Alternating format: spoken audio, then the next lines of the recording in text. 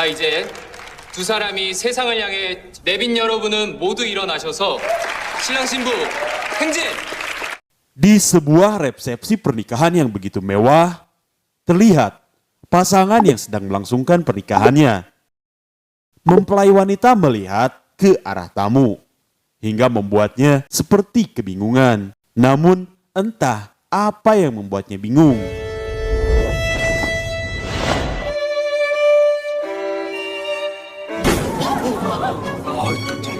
Yang mana kejadian yang memalukan pun terjadi, di mana mempelai wanita terjatuh, yang membuat gunung kembarnya terlihat oleh para tamu, di mana mempelai pria pun langsung menutupinya.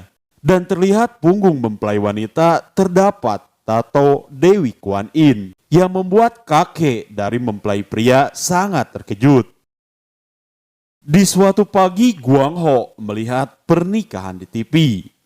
Sebagai ayah, Guang Ho ingin putrinya cepat menikah agar dirinya bisa mengantar Yongwoo di altar pernikahan. 저런 웨딩 드레스 입어보고 싶습니까? 예, 딸 손잡고 걷는 거, 그 아빠들의 로망. Seperti biasa, Yongwoo pun menyangkut pautkan dengan Paus. Namun saat berbicara mengenai Paus, Yongwoo tidak meneruskan pembicaraannya.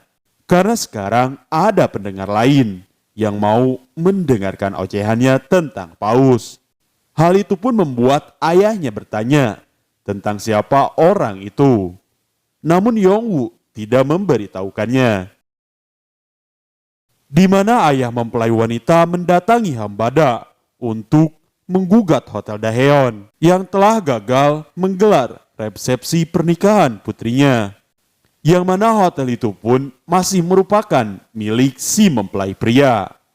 Yang mana resepsi pernikahan putrinya mengeluarkan uang 230 juta won dengan 1.000 undangan. Atas insiden itu, pihak hotel akan memberi kompensasi pengembalian dana penuh dan memberikan voucher menginap di hotel senilai 10 juta won.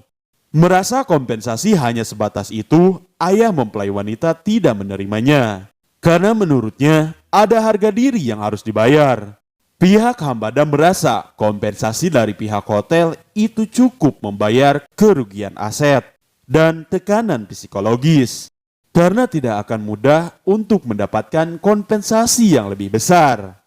Merasa Hambada tidak bisa menangani kasusnya, ayah mempelai wanita pun menyamakan Hambada dengan firma hukum Taesan yang tidak mampu menangani kasusnya. Yang mana firma hukum Taesan adalah firma hukum saingan Hambada. Di mana ayah mempelai wanita meminta 1 miliar won untuk kompensasi. Merasa tertantang dan tidak ingin disamakan dengan Taesan, CEO Han pun menyanggupi permintaan ayah mempelai wanita. 변호사 생활을 그렇게 오래 하셨는데 손해가 어떻게 나뉘는지. 그래서 물어보는 게 아니고 치려고 물어보는 거예요. Berdasarkan teori, jenis kerugian itu ada kerugian aktif, pasif, dan kompensasi. Yang mana kerugian aktif adalah hilangnya kekayaan yang dimiliki.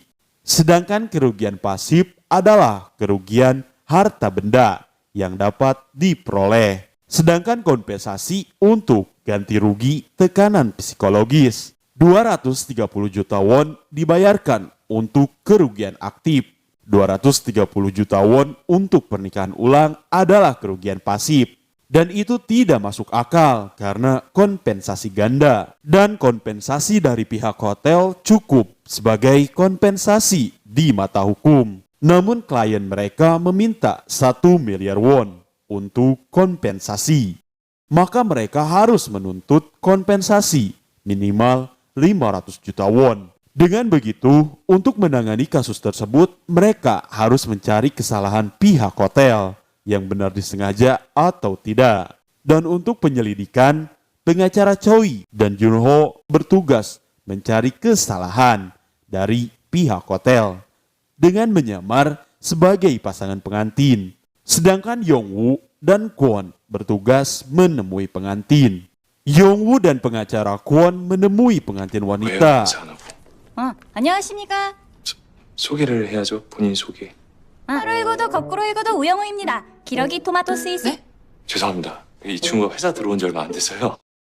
Yang mana sejak insiden tersebut, hubungan kedua mempelai pun menjadi canggung. Mereka pun tinggal di rumah orang tua masing-masing. Pengacara Kwon menanyakan, setelah kejadian tersebut, apakah pengantin akan melakukan pernikahan ulang. Namun mempelai tidak yakin akan hal itu, karena mereka hanya dijodohkan. Dan pernikahan mereka itu sangat rumit, di mana kakek mempelai pria awalnya sangat menyukai mempelai wanita, yang mana kakek mempelai pria sangat terpandang di gereja, dan dialah yang memperkenalkan pengantin pria dan pengantin wanita. Namun si kakek itu sangat kecewa kepadanya setelah kejadian di kala itu, yang memperlihatkan tato Dewi Kwan Yin di punggungnya. Saat melakukan fitting gaun pengantin, gaunnya pas di badan. Namun di pagi itu, gaun pengantinnya longgar dan tidak ada saksi tentang situasi ini. Bahkan teman-temannya pun tidak datang di pernikahannya karena ayahnya yang mengurus semua daftar tamu. Jadi semua tamu adalah tamu ayahnya. 남편을 사랑합니까? 네? 지금 그 질문이라고 해요? 네. Lalu Yongwoo menanyakan apakah mempelai wanita mencintai suaminya. Karena di kamar itu tidak ada foto suaminya dan malah menyimpannya di sudut. Bahkan cincin pernikahannya pun malah disimpan di meja, bukan di jarinya. Mengenai hal itu, mempelai wanita pun hanya terdiam. Di sisi lain, mempelai pria menuduh ayah mertuanya yang aneh, yang menggugat pihak hotel dan seolah-olah ingin merusak hubungan kedua keluarga. Pengantin pria juga tidak yakin akan melanjutkan pernikahannya, karena kakeknya lah yang sangat antusias mengenai pernikahan mereka. Dan karena kakeknya yang menganut Kristen, kakeknya pun merasa dihianati setelah melihat tato di mempelai wanita. Bahkan kakeknya pun menyuruh untuk membatalkan pernikahan. Dan sejak insiden itu, mereka pun jarang bertemu karena mempelai wanita menjadi sensitif. Bahkan mempelai wanita sering mendatangi psikiater semenjak kejadian itu. 아니 뭐 부자들은 철들면 안 된다는 법이라도 있나 봐요. 아니요, 그런 법은 없습니다. 아, 농담이었군요. 아마 쟤들은 저 나이 먹도록 스스로 밥상 한번 차려본 적도 없어요. 스스로 밥상 차려본 적 있습니까? 그 우영우 변호사는 없습니까? Sementara itu, pengacara Choi sangat bersemangat karena akan melakukan misinya bersama Junho, sang gebetannya, untuk berpura-pura sebagai sepasang kekasih. Di saat itu Yongwoo menelpon Junho dan bertanya mengenai Junho yang menyiapkan makanannya sendiri dan menyangkut pautkannya dengan Paus. Yongwoo yang membuat pengacara Choi kesal dan cemburu, di mana pengacara Choi pun menanyakan mengenai apakah Yongwoo yang sering membual. Namun Junho merasa tidak keberatan dengan hal itu. Padahal sebenarnya Yongwoo selalu menelponnya hanya untuk membicarakan ikan paus. 대왕고래의 대변은 흔히야만 전체를 통과할 수 있을 만큼 빠른데도 회전문으로 좀 나가볼까요? 아니요, 저는 오늘 고래 얘기하시려고 여기까지 오신 거예요? Dan pengacara Choi juga memberi saran untuk membatasinya.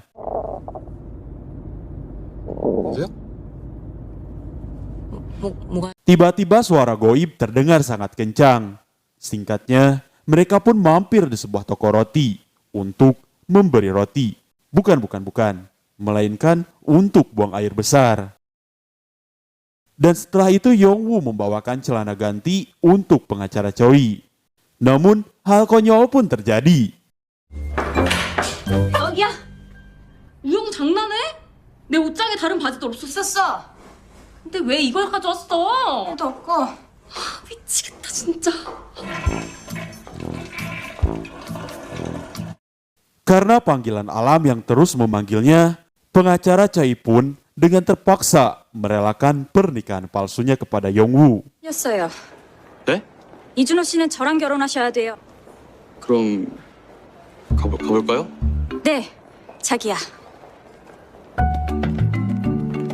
Kemudian Yongwoo dan Jeonwoo pergi ke reservasi. 위반을 했기 때문입니다. 교통법규상 제한된 속도 이상의 속력을 내는 행위를 뜻하는 것이 아니.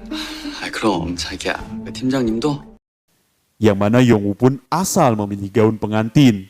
Manajer di sana pun bersuara kencang memanggil karyawannya. Karena karyawannya masih keluar dan itu pun ditugaskan sendiri olehnya untuk membeli roti.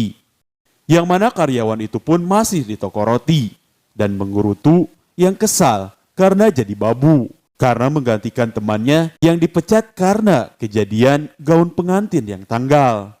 Pengacara Choi yang masih di toilet dan mendengar hal itu lalu menghubungi Junho mengenai karyawan tersebut.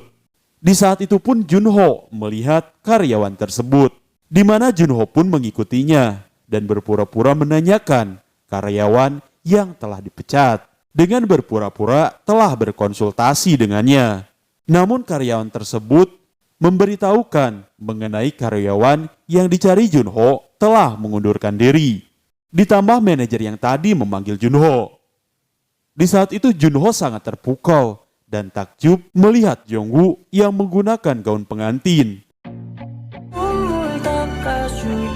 입어보시니까 어떠세요? 신랑님 눈빛 봐. 완전 반했네.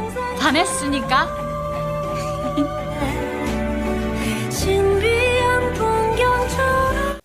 Terlihat Yongwoo dan Junho yang sedang berbincang di sebuah kafe. Ya, Yongwoo pun seperti biasa membahas ikan paus. 변호사님은 고래 얘기 말고는 없습니다. 없어요? Mengenai hal itu, Junho pun menanyakan apakah tidak ada hal lain yang mau diceritakan kepadanya selain ikan paus. Junho lalu memberi saran bagaimana jika mereka mengatur waktu untuk membicarakan tentang paus hanya di saat mereka makan siang bersama.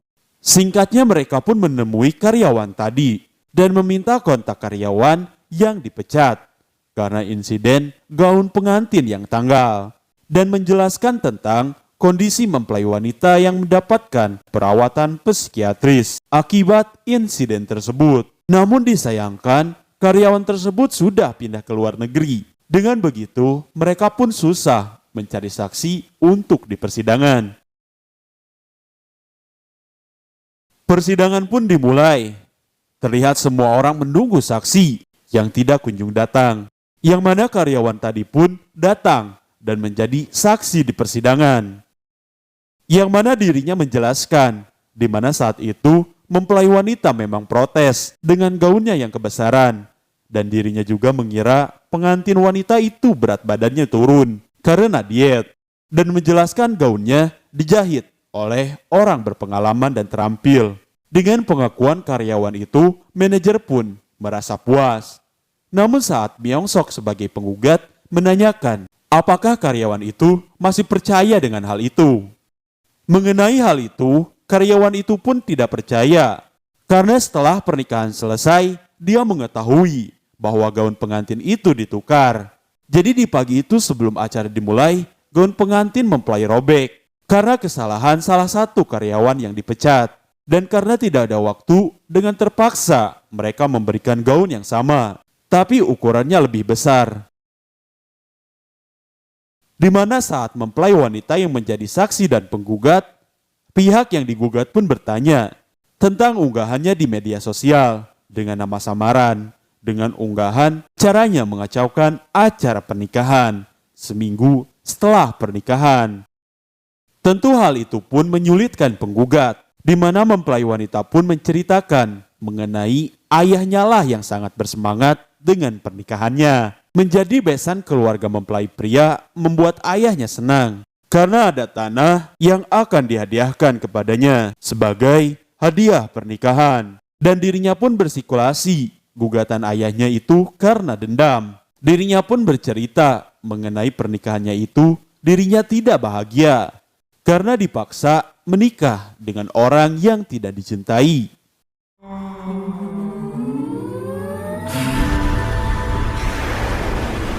Mengenai ada hadiah berupa tanah, tiba-tiba Yongwoo teringat akan kerugian umum dan kerugian khusus. Kerugian umum adalah kerusakan yang diakui secara umum.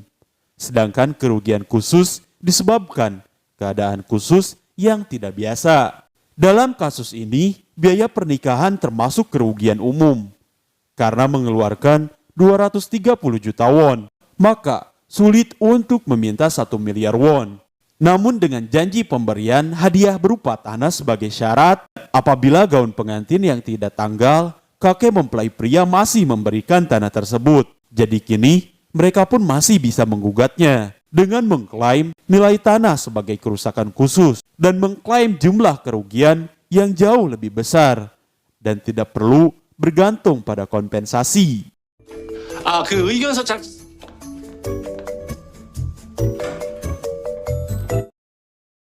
Yang mana tanah pemberian tersebut bernilai 33,2 miliar won. Jadi mereka pun dapat menuntut kompensasi sebesar 10%. Dengan begitu ayah mempelai wanita pun sangat senang dan mengapresiasi Hambada memang berbeda dari Taesan. Karena telah memberikannya 3,3 miliar won. Padahal dirinya hanya meminta 1 miliar won. Namun mempelai wanita keberatan dengan itu. Karena itu adalah kasusnya. Namun sang ayah pun tidak mempedulikannya. Dan persidangan pun dilanjutkan. Di mana CEO hotel yang sekaligus paman mempelai pria pun menjadi saksi. Di mana Myung Sok menanyakan kesaksian paman mempelai pria mengenai pemberian hadiah berupa tanah. Dan saksi pun memberitahukan bahwa kakek mempelai pria berjanji akan memberikan hadiah tanah puluhan miliar won sebagai hadiah pernikahan. Terlihat pengacara Choi meninggalkan ruang persidangan dan seorang wanita kedapatan memasuki ruang persidangan.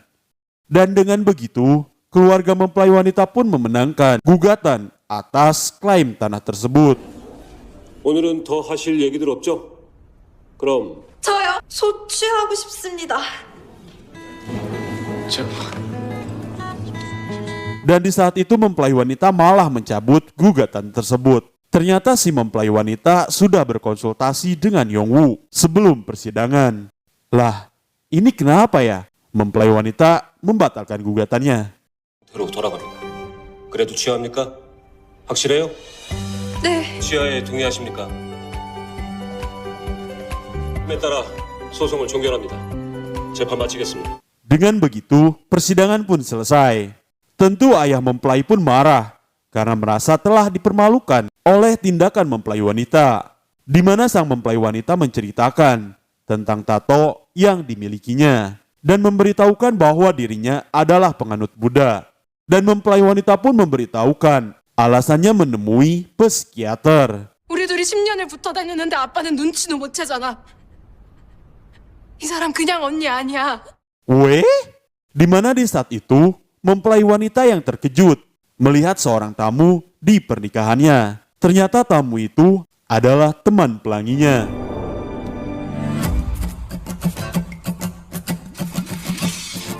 와우.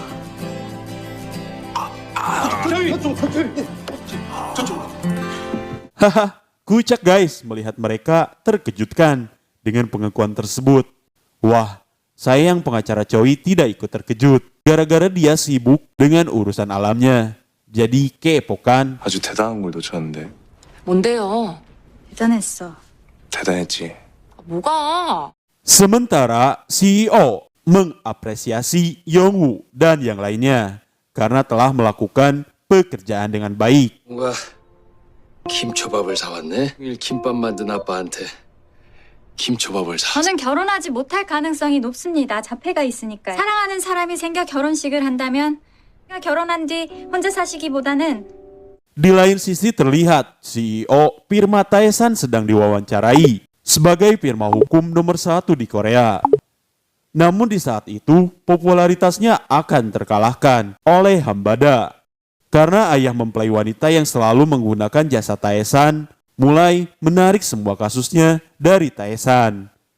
Melihat keberhasilan pengacara Yongwoo yang dapat menyelesaikan permintaan kliennya, CEO Taesan pun mengapresiasinya. dan kasus kedua pun selesai. Lalu bagaimana keseruan kelanjutan kasus-kasus berikutnya? Namun jangan lupa ya guys, untuk subscribe terlebih dahulu. Karena subscribe dari kalian sangat berharga buat channel ini. And thank you for watching. Gue Jo pamit, see you in the next video, and have a nice day. 될까요? 너 좀 조용히 해! 그래봤자 너도 자폐잖아! 피고인을 변호하는 우영우 변호사가 자폐 환자인지 아닌지 묻고 있는 중입니다. 변호사님!